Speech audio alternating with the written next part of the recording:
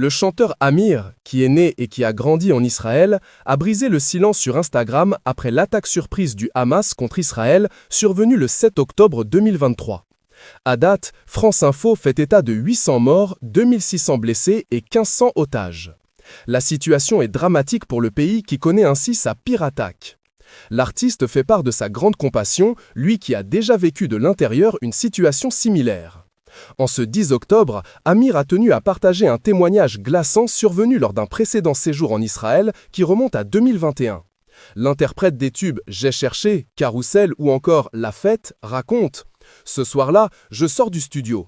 Je suis à Tel Aviv, je veux écouter ce nouveau son, l'inauguré dans ma voiture volume à fond.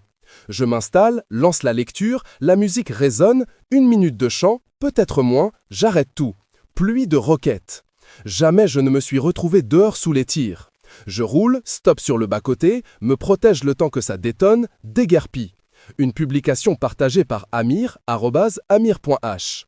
Amir, jeune papa de 2 enfants nés de son mariage avec la discrète Lital, a fait preuve d'un sang-froid impressionnant. Sous les bombes, la première chose que tu ressens, c'est la peur. La vraie peur, bien physique, cardiaque. Qu'elle te paralyse ou t'excite un peu, tu la sens passer, forcément. Et comme tu ne veux pas mourir, pas comme ça, pas tout de suite, tu pries, ajoute-t-il. 2 ans après cet épisode traumatisant, Amir a donc une pensée particulière pour la population en Israël et tous les hommes, dont les réservistes, appelés à faire la guerre au Hamas dans une riposte qui s'annonce longue et sanglante.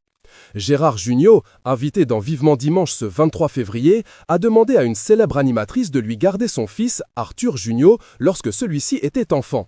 Mais de quelle présentatrice télé s'agit-il ?